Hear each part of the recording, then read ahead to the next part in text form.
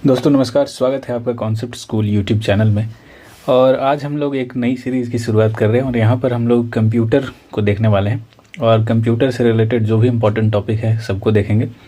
और जहाँ भी आप कोई भी एग्ज़ाम दे रहे हैं जहाँ पे कंप्यूटर से क्वेश्चन पूछा जाता है तो वहाँ पर आपको ये काफ़ी ज़्यादा हेल्प करेगा और थोड़ा यहाँ पर डिटेल में देखने का प्रयास करेंगे ताकि किसी भी तरह का अगर आपका क्वेश्चन जो है वो एग्ज़ाम में बनता है तो आप आसानी से सॉल्व कर लें। और यहाँ पे जो हम लोग स्टार्ट करने वाले हैं वो इन चैप्टर्स को कवर करेंगे, यानी कंप्यूटर से रिलेटेड जो भी इम्पोर्टेंट चैप्टर्स हैं जहाँ से क्वेश्चन बनते हैं एक एक करके सभी को यहाँ पर देखते जाएंगे। यानी सबसे पहले हम लोग थोड़ा सा कंप्यूटर का इंट्रोडक्शन को देखेंगे, फिर आर्किटेक्चर को देखेंगे। जो काम का होगा उसी पे ज़्यादा फोकस करेंगे, जो बिना काम का है उसको स्किप करते हुए आगे बढ़ेंगे। उसी तरह से हम लोग इनपुट और आउटपुट डिवाइसेस को देखेंगे, जो कि आपको पता है कि यहाँ से लगातार एग्ज़ाम में क्वेश्चन बनता है।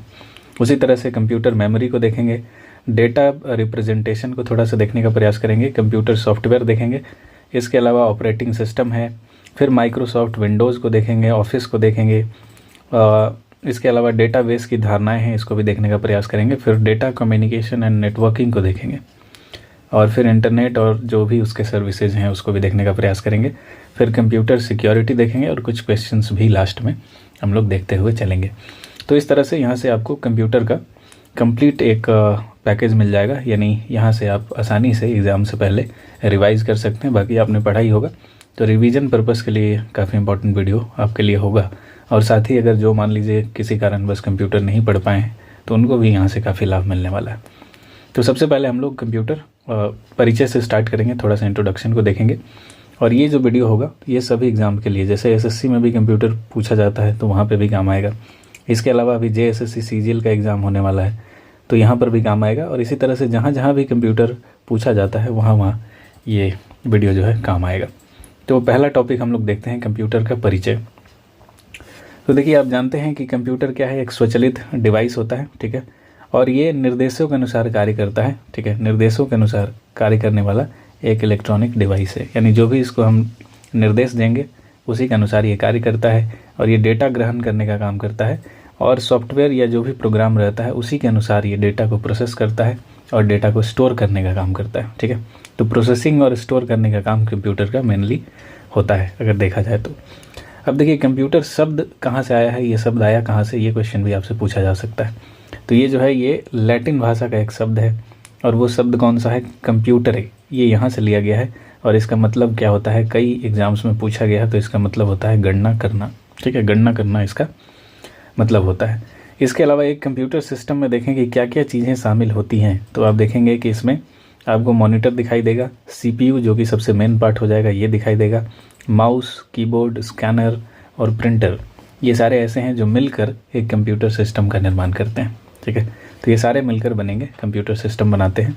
इसके अलावा कंप्यूटर शब्द जो होता है ना, ये 8 अक्षरों से मिलकर बना होता है, ठीक है। 8 इसमें लेटर है। अगर आप फुल फॉर्म देखें तो आसानी से समझ में आएगा आपको कि C फॉर है कॉमनली, और O है ऑपरेटेड, M मशीन है, P से पार्टिकुलरली है, U से यूज्ड फॉर है, T फॉर टेक्निकल है, E for education and R for research है। तो इस तरह से इसका फुल फॉर्म हो जाएगा commonly operated machine particularly used for technical education and research, ठीक है।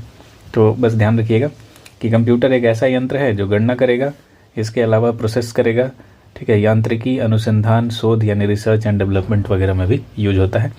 और आप जानते हैं कि इसमें हार्डवेयर और सॉफ्टवेयर ये दो चीज़ें काफ़ी महत्वपूर्ण होती हैं, ठीक है। इसके अलावा डेटा ये महत्वपूर्ण होता है, यानी ये डेटा को ही मेनली सूचना में चेंज करता है, प्रोसेस करता है। तो देखिए, इसकी कार्य पद्धति देखेंगे तो एक होता है इनपुट, यानी कंप्यूटर में आपको क्या करना होता है, तो डेटा जब आप कंप्यूटर में डालते हैं तो उसी को क्या कहते हैं, इनपुट कहते हैं। यानी आप डेटा को या सूचना को भेजते हैं तो वो इनपुट है। और यह सेंट्रल प्रोसेसिंग यूनिट के लिए डेटा और निर्देश भेजता है, ठीक है। तो जब आप कोई भी डेटा डालते हैं तो उसके बाद क्या होता है, वो डेटा स्टोर होता है कंप्यूटर में, और स्टोर होने के बाद फिर प्रोसेसिंग किया जाता है। और प्रोसेसिंग करने के बाद जो सेंट्रल प्रोसेसिंग यूनिट है यही इसका प्रोसेस करता है, और प्रोसेस करने के बाद फिर उसको सूचना में कन्वर्ट कर देता है। तो ये पूरा प्रोसेस चलता है। और उसी तरह से अगला जो चरण है वो आउटपुट का होता है, यानी जो भी आपका डेटा प्रोसेस हो चुका है, संसाधित हो चुका है, उस डेटा को आप कहीं और स्टोरेज कर लेते हैं, स्टोरेज किसी भी डिवाइस के माध्यम से। तो यही है, यानी पहले आपने डेटा को इनपुट किया, डेटा को डाला, फिर वो डेटा सीपीयू के माध्यम से प्रोसेस हुआ, फिर वो डेटा जो है आउटपुट के माध्यम से निकला और उसको आपने कहीं पर स्टोरेज कर लिया। ठीक है, तो यही है कहानी कंप्यूटर का। अब इसकी विशेषताएं में देखें तो इसकी गति इसकी प्रमुख विशेषता है कि जैसे कंप्यूटर जो है वो 1 सेकंड में लाखों गणनाएं कर सकता है। ठीक है, जबकि मानव जो है कुछ गिनती के ही गणनाएं कर सकता है, जबकि कंप्यूटर 1 सेकंड में लाखों गणनाएं कर सकता है।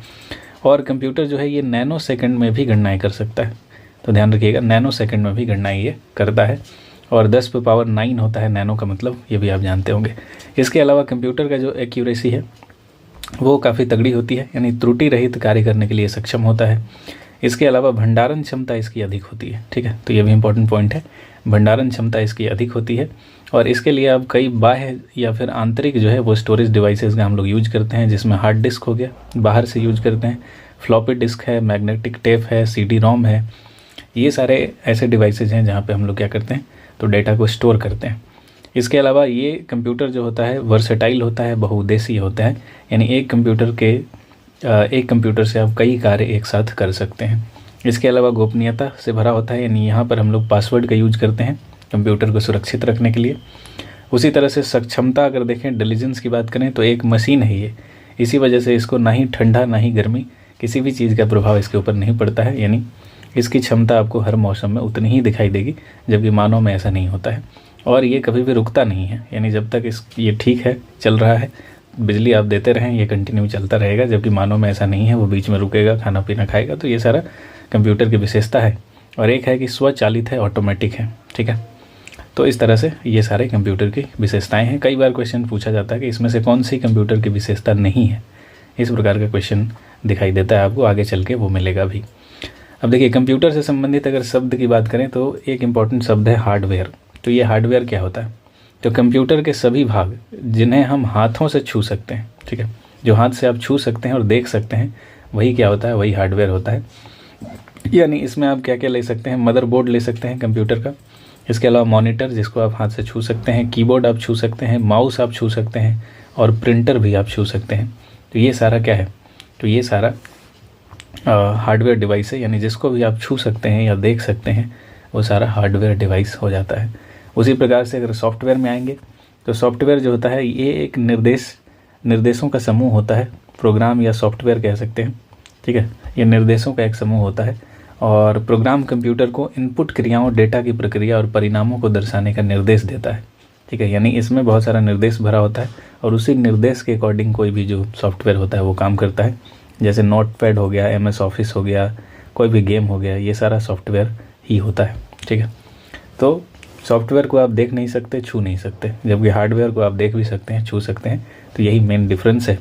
और ये जो है निर्देशों का सेट होता है जो सॉफ्टवेयर होता है। ठीक है, जबकि जो हार्डवेयर होता है वो एक यांत्रिक युक्ति होती है, मतलब एक मशीनरी होती है, ऐसा आप कह सकते हैं। अब देखिए डेटा क्या है, तो डेटा जो है ये तथ्यों यानी फैक्ट्स और अव्यवस्थित आंकड़ों का एक समूह होता है। ठीक है, डेटा जो होता है वो तथ्यों और अव्यवस्थित आंकड़ों का समूह होता है। तो ऐसा क्वेश्चन पूछा जाता है कि डेटा क्या होता है, ऑप्शन में रहेगा कि तथ्यों का समूह होता है, अव्यवस्थित आंकड़ों का समूह होता है, A और B दोनों होता है, या इनमें से कोई नहीं होता। इस तरह से प्रश्न पूछा जाता है। तो ध्यान रखिएगा कि डेटा को 2 भागों में विभाजित किया जाता है, एक होता है संख्यात्मक डेटा और दूसरा होता है चिन्हात्मक डेटा। तो संख्यात्मक में तो आसान है कि 0 से 9 तक इसमें यूज किया जाता है। जैसे आप कीबोर्ड में देखेंगे तो 0 से 9 तक आपको दिखाई देगा वहाँ पर। और वही आप चिन्हात्मक डेटा में आएंगे तो इसमें अंक, अक्षरों और चिन्हों का यूज किया जाता है। जैसे कर्मचारियों का पता, पैन कार्ड नंबर वगैरह के लिए यहाँ पर वो कई तरह के चिन्हों का यूज किया जाता है। तो इसको ध्यान रखिएगा। यानी डेटा क्या है, तो ये तथ्यों और अव्यवस्थित आंकड़ों का एक समूह है। 2 प्रकार का होता है ये, एक संख्यात्मक है, एक चिन्हात्मक है, और नाम से ही ये क्लियर हो जा रहा है। अब बात करें अगर प्रोसेसिंग की, तो देखिए डेटा पर की जाने वाली उन क्रियाओं को जिनसे सूचना प्राप्त होती है उसको प्रोसेसिंग कहते हैं। यानी हमने अभी डेटा के बारे में क्या पढ़ा कि डेटा जो है एक ऐसा फैक्ट है या फिर अव्यवस्थित आंकड़ा है या इन आंकड़ों का समूह है। तो अव्यवस्थित आंकड़ों को हम लोग क्या करते हैं, इसको व्यवस्थित करते हैं, यानी इसको हम लोग सूचना में कन्वर्ट करने का प्रयास करते हैं। और सूचना में कन्वर्ट करने की जो प्रक्रिया है यही प्रोसेसिंग कहलाती है। ठीक है, तो इसको याद रखिएगा। और डेटा प्रोसेसिंग का मुख्य लक्ष्य क्या है, तो अव्यवस्थित डेटा से व्यवस्थित डेटा प्राप्त करना। ठीक है, तो यही है। सूचना क्या है, तो जब डेटा को उपयोगी बनाने के लिए इसे संसाधित किया जाता है, संगठित या फिर संरचित किया जाता है, तो प्राप्त डेटा सूचना कहलाती है। यानी जो नॉर्मल डेटा हुआ वो अव्यवस्थित होता है, वो ठीक है, वो सिस्टमेटिक नहीं होता है। और जैसे ही उसको हम लोग सिस्टमेटिक करते हैं तो वो सूचना में कन्वर्ट हो जाता है, इन्फॉर्मेशन में कन्वर्ट हो जाता है। ठीक है, तो यही है, और कुछ ज़्यादा इसमें रॉकेट साइंस नहीं है। अब थोड़ा सा कंप्यूटर का इतिहास हम लोग अगर देखें तो आप जब नीचे आएंगे तो यहाँ पे दिखाई देगा कि कंप्यूटर की शुरुआत जो है सबसे पहले माना जाता है कि ये अबेकस से इसकी शुरुआत हुई थी, अबेकस। और इसके आविष्कारक कौन है? तो ली काई चेन है, जो कि चीन से है।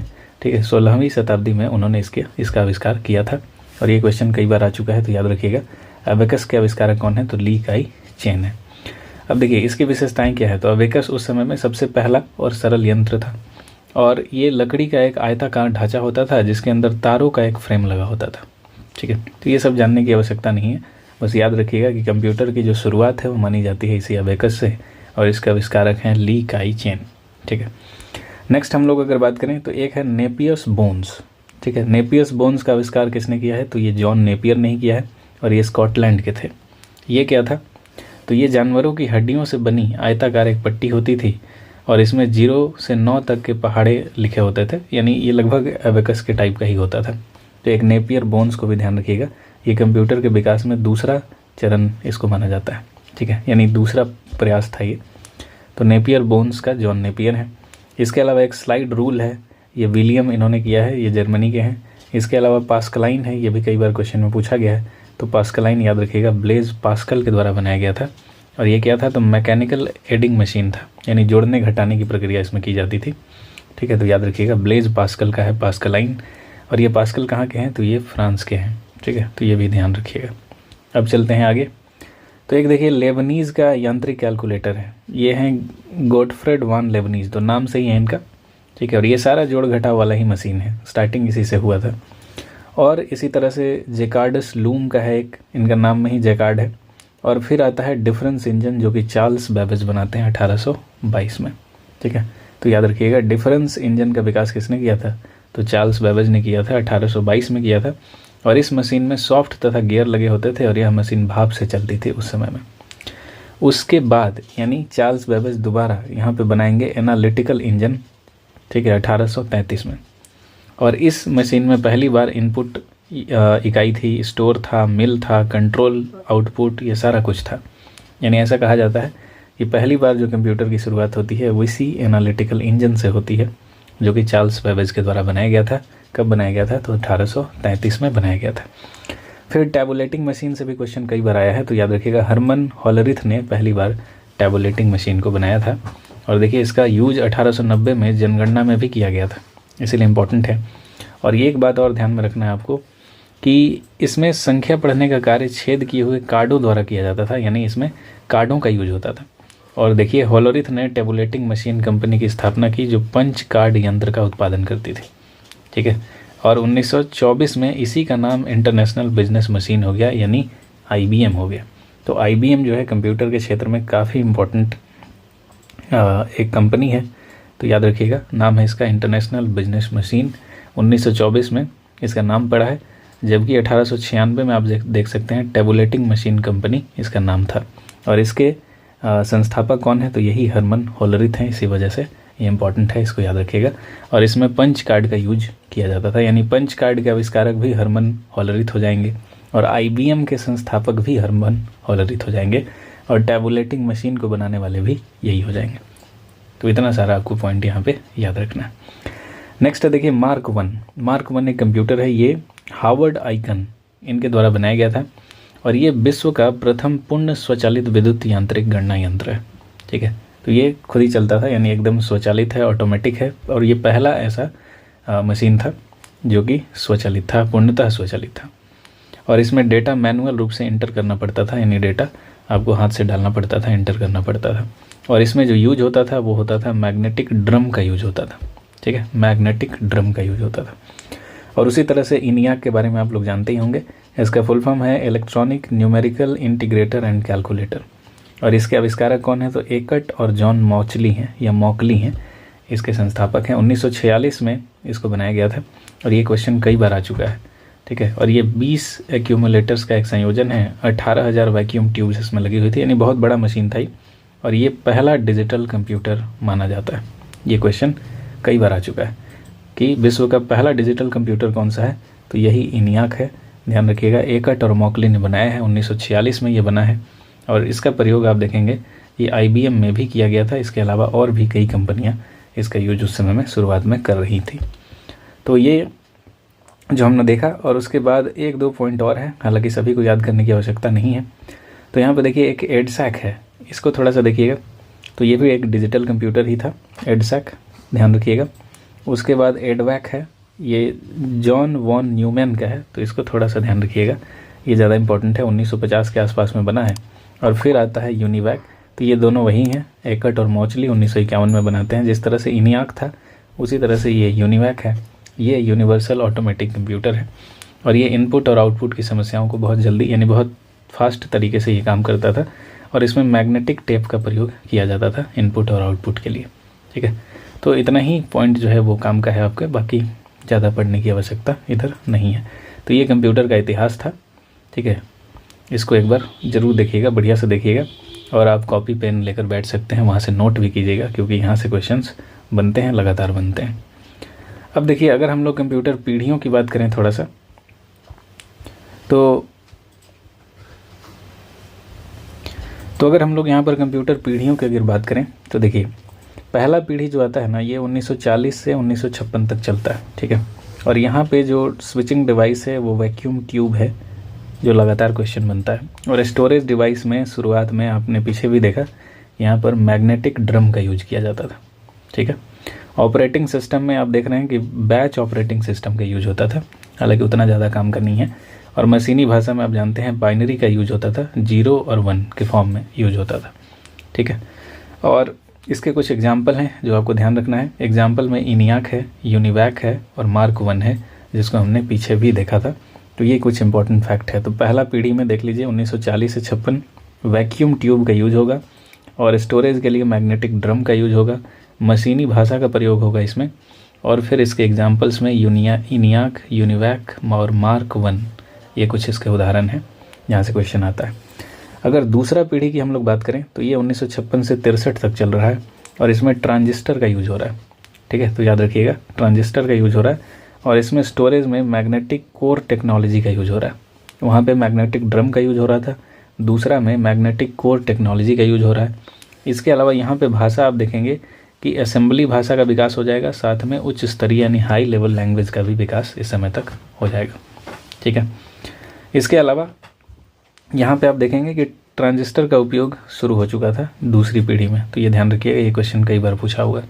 ट्रांजिस्टर का यूज जो है कब से शुरू हुआ, तो ये दूसरी पीढ़ी से ट्रांजिस्टर का यूज स्टार्ट हो जाता है, और यहीं से व्यापक व्यावसायिक प्रयोग भी स्टार्ट हो जाता है। ठीक है, शुरुआत में सिर्फ और सिर्फ वैज्ञानिक यानी अनुसंधानों के लिए, रिसर्च के लिए किया जाता था। बाद में आप देख सकते हैं कि व्यापार के लिए, व्यवसाय के लिए यूज होने लगता है। उसके बाद तीसरा पीढ़ी में जब हम आएंगे तो यहाँ पे आ जाता है IC चिप का यूज, इंटीग्रेटेड सर्किट का यूज होने लगता है, IC चिप का यूज होने लगता है।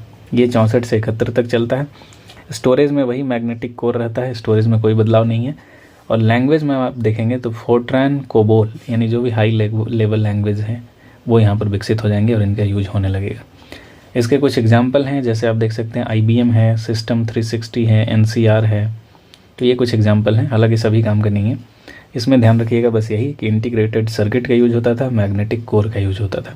ठीक है, और फोर्ट्रॉन और कोबोल ये लैंग्वेज है जिसका प्रयोग इस समय तक होने लगा था। चौथा में जब आएंगे तो 1971 से लेके ये वर्तमान तक चलेगा, और इसमें बड़े पैमाने पर आपको IC चिप दिखाई देगा और माइक्रो प्रोसेसर्स का भी यूज आपको दिखाई देगा। और मेमोरी में सेमीकंडक्टर मेमोरी का विकास हो चुका था, और एक विचेस्टर डिस्क भी है, इसका भी प्रयोग होने लगा था। और यहाँ पे भी आपको फोर्ट्रान लैंग्वेज मिलेगा, इसके अलावा पास्कल भी मिलेगा, कोबोल भी मिलेगा। तो ये सारे लैंग्वेज वही हैं। और यहाँ पे कंप्यूटर्स जो एग्जांपल वाले हैं वो हैं IBM PC XT है, एप्पल है, इंटेल का 4004 है। ठीक है, तो ये सारा यूज यहाँ पर होने लगेगा चौथी पीढ़ी में। पांचवी पीढ़ी में जब आएंगे तो ये वर्तमान से आगे सबसे बड़े पैमाने पर यहाँ पे IC चिप का यूज स्टार्ट हो चुका है। और यहाँ पर जो मेमोरी है वो ऑप्टिकल डिस्क, ठीक है, मेमोरी के लिए ऑप्टिकल डिस्क का यूज हो रहा है। और सबसे इम्पॉर्टेंट बात, यहाँ पर आर्टिफिशियल इंटेलिजेंस का यूज होने लगा। तो ये वर्तमान, अभी आप देख रहे हैं कि AI का यूज काफ़ी ज़्यादा दिखाई दे रहा है आपको। तो आर्टिफिशियल इंटेलिजेंस का दौर है अभी, तो इसको ध्यान रखिएगा। और इसके अलावा इंटीग्रेटेड सर्किट यहाँ से चल रहा है। यानी जब आप स्टार्ट करेंगे तो देखिए वैक्यूम ट्यूब से आपका स्टार्टिंग होता है, ठीक है। वैक्यूम ट्यूब VT से स्टार्ट होता है। फिर यहाँ पर देखिए V से T4 आप कर सकते हैं ट्रांजिस्टर, तो VT, और फिर यहाँ से IC चिप स्टार्ट हो जाता है जो लगातार चलता है। तो अगर आप ट्रिक VT IC बनाएंगे तो काम आपका चल जाएगा। यानी V से वैक्यूम हो जाएगा, T से ट्रांजिस्टर हो जाएगा दूसरी पीढ़ी में, और IC से हो जाएगा तीसरी पीढ़ी में। VT IC करके आप ट्रिक बना के इसको याद कर सकते हैं, अगर याद नहीं होता है। अगर याद है तो फिर कोई बात नहीं है। और उसी तरह से मेमोरी में अगर आप देखेंगे तो देखिए स्टार्टिंग होता है मैग्नेटिक ड्रम से, और ड्रम के बाद फिर क्या आ जाता है, कोर आ जाता है। ड्रम के बाद कोर का यूज होता है, और फिर आपका सेमीकंडक्टर मेमोरी आ जाता है। और अभी प्रेजेंट में अगर देखें तो ऑप्टिकल डिस्क का उपयोग जो है वो ज़्यादा होने लगा है, तो इसको थोड़ा सा ध्यान रखिएगा। और प्रेजेंट में AI का यूज, आर्टिफिशियल इंटेलिजेंस का यूज काफ़ी ज़्यादा मात्रा में होने लगा है। अब कुछ फैक्ट्स को देख लें तो आप जानते हैं कि कंप्यूटर का जनक किसको कहा जाता है, तो चार्ल्स बेबेज को कहा जाता है कंप्यूटर का जनक, फादर ऑफ कंप्यूटर। और 2 दिसंबर एक ऐसा डेट है जहाँ पर विश्व में कंप्यूटर साक्षरता दिवस के रूप में मनाया जाता है, कंप्यूटर लिटरेसी डे के रूप में मनाया जाता है। और आधुनिक कंप्यूटर का जो जनक है वो किसको कहा जाता है, तो एलन ट्यूरिंग को कहा जाता है आधुनिक कंप्यूटर का जनक। और पहला कंप्यूटर आर्किटेक्चर ये जॉन वॉन न्यूमैन द्वारा 1948 में बनाया गया था, ठीक है। तो पहला कंप्यूटर आर्किटेक्चर याद रखिएगा, जॉन वॉन न्यूमैन द्वारा 1948 में। और सिद्धार्थ जो है ये भारत में निर्मित पहला पर्सनल कंप्यूटर था। तो ये क्वेश्चन भी कई बार आया हुआ है, तो इसको भी आपको ध्यान रखना है कि भारत में निर्मित पहला पर्सनल कंप्यूटर कौन है, तो ये सिद्धार्थ है। उसी प्रकार से एडसैक जो है ये प्रारंभिक ब्रिटिश कंप्यूटर था जो डिजिटल संग्रहित प्रोग्राम पर आधारित था, ठीक है। एडसैक को हमने पीछे देखा था। और एक पैकमैन है, ये प्रसिद्ध कंप्यूटर खेल के लिए निर्मित हुआ था, ठीक है, खेल के लिए। तो इस तरह से कुछ फैक्ट्स हैं जहाँ से क्वेश्चन बने हैं, तो इसको भी आपको ध्यान रखना है। 2 दिसंबर को कंप्यूटर साक्षरता दर याद रखिएगा, साक्षरता दिवस। आधुनिक कंप्यूटर का जनक एलन ट्यूरिंग याद रखिएगा। पहला कंप्यूटर आर्किटेक्चर की बात की जाए तो जॉन वॉन न्यूमैन हो जाएगा। सिद्धार्थ की बात करें अगर तो भारत में निर्मित ये पहला पर्सनल कंप्यूटर हो जाएगा। इसी प्रकार से ये सारे फैक्ट जो है वो इम्पॉर्टेंट हैं। अब हम लोग थोड़ा सा कंप्यूटर का अगर वर्गीकरण देखें तो अगर आप आकार के आधार पर बांटेंगे तो आपको 5 प्रकार के कंप्यूटर दिखाई देंगे, जिसमें माइक्रो है, मिनी है, मेनफ्रेम है, पर्सनल है और सुपर है, ठीक है। तो ये आकार के आधार पर है। उद्देश्य के आधार पर एक सामान्य सिंपल होता है, एक विशिष्ट होता है। और यूज के आधार पर आप देखेंगे तो एक एनालॉग होगा, एक डिजिटल होगा, एक हाइब्रिड होगा, ठीक है। तो यहाँ से कई बार क्वेश्चन आ जाता है कि आकार के आधार पर सबसे बड़ा आकार होता है सुपर कंप्यूटर का, ठीक है। उसी तरह से अनुप्रयोगों के आधार पर अब डिजिटल कंप्यूटर और हाइब्रिड कंप्यूटर का यूज अभी लगातार बढ़ता जा रहा है, तो इसको आपको ध्यान रखना है। और इसी को आगे हम लोग थोड़ा सा डिटेल में देखने का प्रयास करेंगे। तो यहाँ पे देखिए पहला जो है माइक्रो कंप्यूटर है, इसको थोड़ा सा देख लेते हैं। तो ये देखिए 70 के दशक में तकनीकी क्षेत्र में इंटेल द्वारा माइक्रो प्रोसेसर का आविष्कार किया जाता है। और इससे क्या होता है, कंप्यूटर प्रणाली जो है काफ़ी सस्ती हो जाती है, ठीक है। क्योंकि पहले जो कंप्यूटर थे वो काफ़ी, जो उनका प्रोसेसर होता था काफ़ी बड़ा होता था, लेकिन इंटेल जैसे ही माइक्रो प्रोसेसर बनाती है कंप्यूटर प्रणाली काफ़ी सस्ता हो जाता है और कंप्यूटर का साइज़ जो है काफ़ी छोटा हो जाता है। और ये किसी भी डेस्क पर सरलतापूर्वक इसको रखा जा सकता है। और इन्हें कंप्यूटर ऑन अ चिप भी कह दिया जाता था उस समय में, ठीक है। तो माइक्रो कंप्यूटर को कंप्यूटर ऑन अ चिप भी कह दिया जाता है, ध्यान रखिएगा। और ये इसका जो विकास है वो इंटेल द्वारा जब माइक्रो प्रोसेसर का विकास किया गया तब इसका विकास जो है वो आगे चल के होता है। और आधुनिक युग में माइक्रो कंप्यूटर के रूप में जो फ़ोन है आपका वो दिखाई देता है। पुस्तक के आकार के जो टैबलेट्स वगैरह हैं, जो घड़ी है, ये सारे माइक्रो कंप्यूटर में आते हैं। और इनकी क्षमता जो है लगभग 1 लाख संक्रियाएँ प्रति सेकंड होती हैं, तो ये सब याद रखने का ज़रूरत नहीं है। प्रेजेंट में एग्जाम्पल देखेंगे तो आजकल ये सभी पीसी की श्रेणी में आते हैं, ठीक है, पर्सनल कंप्यूटर की श्रेणी में आते हैं। यानी जो भी माइक्रो कंप्यूटर हैं वो उनका एग्जाम्पल नीचे ऐसे हम लोग देखने वाले हैं। तो देखिए माइक्रो कंप्यूटर होंगे कई प्रकार के, जैसे डेस्कटॉप कंप्यूटर हैं तो इसके बारे में आप जानते ही हैं। उसी प्रकार से आप एक लैपटॉप है जिसके बारे में भी आप जानते होंगे, पाम टॉप है, फिर टैबलेट पर्सनल कंप्यूटर है, फिर पर्सनल डिजिटल असिस्टेंट है जिसको PDA बोलते हैं, और फिर वर्क स्टेशन है। तो ये सारे के सारे किस में आते हैं, तो ये माइक्रो कंप्यूटर्स में आते हैं। और यही एग्जाम्पल आपसे पूछा जाता है कि इनमें से कौन माइक्रो कंप्यूटर है या फिर नहीं है। तो याद रखिएगा कि डेस्कटॉप कंप्यूटर हो या फिर लैपटॉप हो या फिर पाम टॉप हो या फिर टैबलेट पर्सनल कंप्यूटर हो या फिर पर्सनल डिजिटल असिस्टेंट हो या फिर वर्क स्टेशन हो, ये सारे के सारे क्या हैं, तो ये सारे माइक्रो कंप्यूटर हैं, ठीक है। तो ध्यान रखिएगा। अब ये पीडीए क्या होता है इसको थोड़ा सा जान लेते हैं, जो आपने नाम नहीं सुना होगा उसको देख लेते हैं। तो देखिए पीडीए यानी पर्सनल डिजिटल असिस्टेंट क्या होता है, तो इसको डिजिटल डायरी भी आप कह सकते हैं। एक पोर्टेबल कंप्यूटर होता है, लेकिन ये सभी काम नहीं करता, मतलब इसका छोटा छोटा जो आंकड़ा वगैरह होता है उसी को हम लोग इसमें भंडारण करते हैं, जैसे फ़ोन नंबर, ईमेल, पता वगैरह हो गया, तो ये इसमें रखते हैं। ठीक है, वर्क स्टेशन क्या हो गया, तो देखिए ये अभियांत्रिकी, तकनीकी या ग्राफिक्स के कार्यों के साथ साथ कंप्यूटर के एकल व्यक्ति के साथ पारस्परिक व्यवहार में इसका प्रयोग होता है। ठीक है, तो छोटा मोटा ये भी काम करता है वर्क स्टेशन। और टैबलेट पर्सनल कंप्यूटर तो आप जानते ही, टैब वगैरह आपने देखा भी होगा।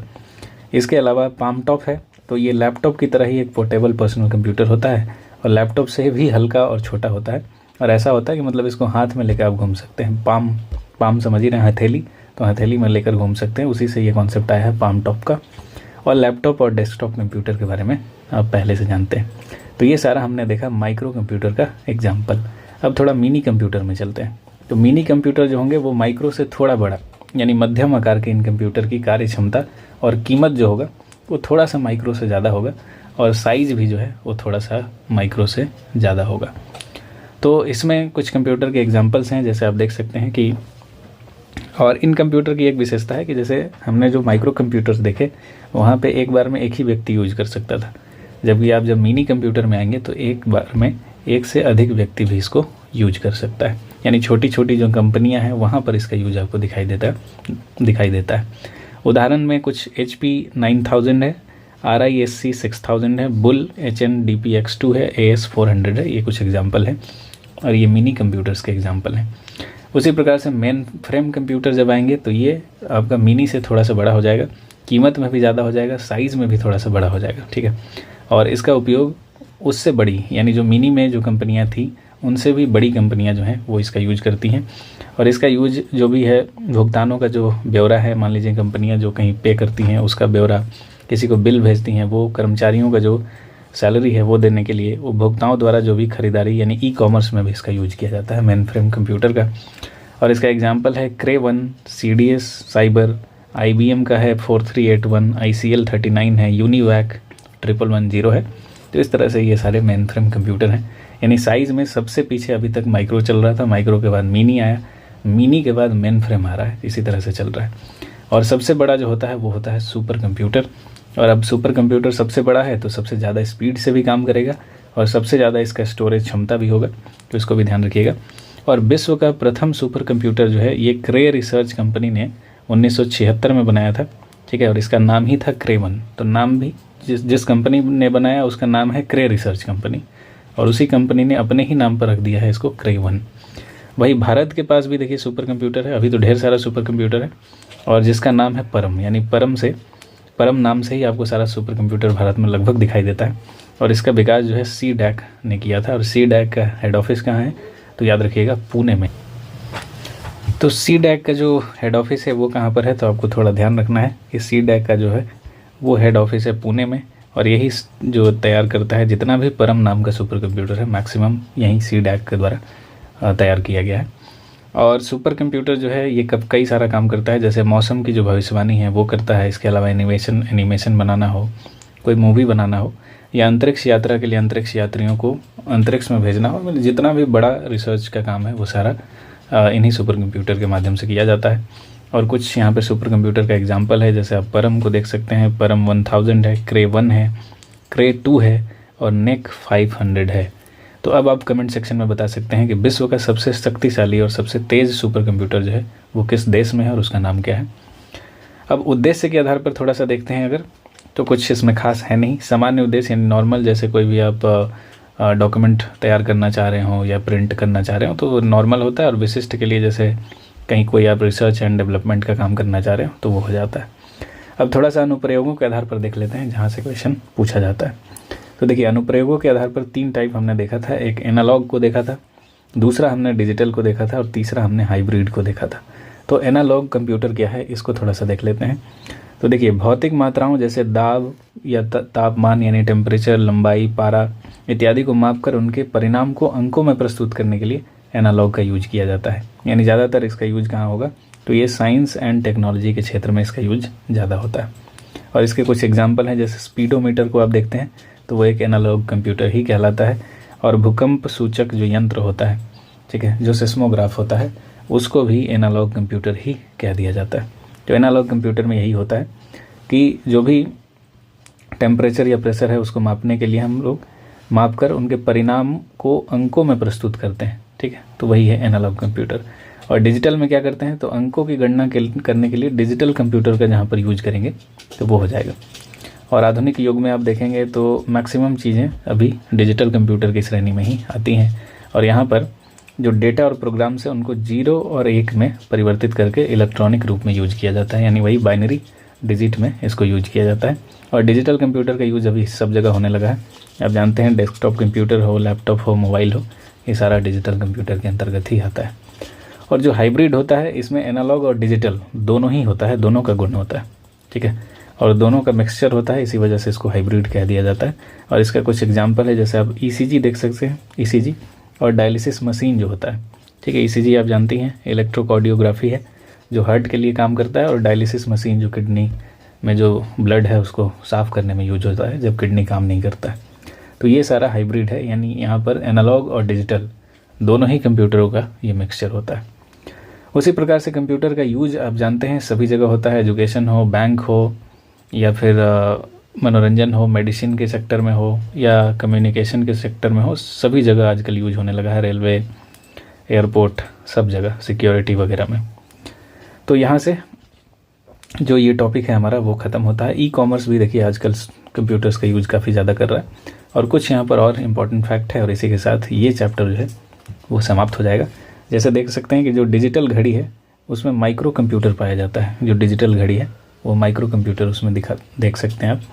और सबसे पहले पंच कार्ड जो है इसका यूज किसने किया था, तो याद रखिएगा जोसेफ मेरी के द्वारा किया गया था। ये भी क्वेश्चन कई बार पूछा गया, जोसेफ मेरी के द्वारा सबसे पहले पंच कार्ड का यूज किया गया है। इसके अलावा आप जानते हैं कि जो आईसी चिप है, इंटीग्रेटेड जो सर्किट है, वो एक अर्धचालक पदार्थ यानी सिलिकॉन या फिर जर्मेनियम का बना होता है। इसको भी आपको ध्यान रखना है, सिलिकॉन या फिर जर्मेनियम का बना होता है। और विश्व का सबसे तेज सुपर कंप्यूटर IBM का ब्लू जीन उस समय में था, अभी ये नहीं है। अभी आप जानते हैं कौन सा हो गया, और उसी को आपको कमेंट में बताना है कि कौन सा कंप्यूटर है, सुपर कंप्यूटर है जो सबसे तेज़ है। और भारत का सबसे तेज़ कंप्यूटर अगर पूछा जाए तो एका हो जाता है, जबकि भारत का सबसे तेज़ सुपर कंप्यूटर को भी आपको कमेंट सेक्शन में बताना है कि सबसे तेज़ विश्व का सुपर कंप्यूटर कौन है और भारत का कौन है। और आप जानते हैं कि एक छोटे सिलिकॉन चिप पर ट्रांजिस्टरों और अन्य इलेक्ट्रॉनिक उपकरणों के साथ पूर्ण इलेक्ट्रॉनिक एक सर्किट जब बनाते हैं उसी को कहते हैं इंटीग्रेटेड सर्किट। तो इसमें सिलिकॉन या फिर जर्मेनियम यानी किसी भी अर्धचालक के द्वारा इसको बनाया जाता है। तो यहाँ से हम लोग का जो पहला टॉपिक था वो समाप्त हो जाता है, ठीक है। तो हमने यहाँ पर डिसाइड किया था कि एक एक टॉपिक को यहाँ पर कम्प्लीटली करते चलेंगे। तो आज हमने पढ़ा जो है वो है कंप्यूटर का परिचय, इस टॉपिक को हमने समाप्त कर दिया है। और अगर आप इस वीडियो को देख लेते हैं तो यहाँ से ज़्यादा कुछ भी आपको पढ़ने की आवश्यकता नहीं पड़ेगी, इसी में सब कुछ है, सारा फैक्ट भी है। और इसके अलावा जब हम लोग ऑब्जेक्टिव देखेंगे तो जो चीज़ें एक आध मान लीजिए कि छुट्टी हुई हो तो वो वहाँ से कवर हो जाएंगी। तो उम्मीद करते हैं कि वीडियो समझ में भी आया होगा और क्लियर भी हुआ होगा, और आपका अगर आप रिवीजन के पर्पज़ से आए होंगे तो रिवीजन भी हो गया होगा। अगर आपको वीडियो पसंद आया तो वीडियो को लाइक कर लीजिएगा, चैनल को सब्सक्राइब कर लीजिएगा। इसके अलावा आप कमेंट सेक्शन में बता सकते हैं कि ये जो सीरीज़ चल रहा है वो कैसा लग रहा है, या फिर क्या इसमें चेंजेस करने की आवश्यकता है। तो मिलते हैं अगले वीडियो में। Thank you so much.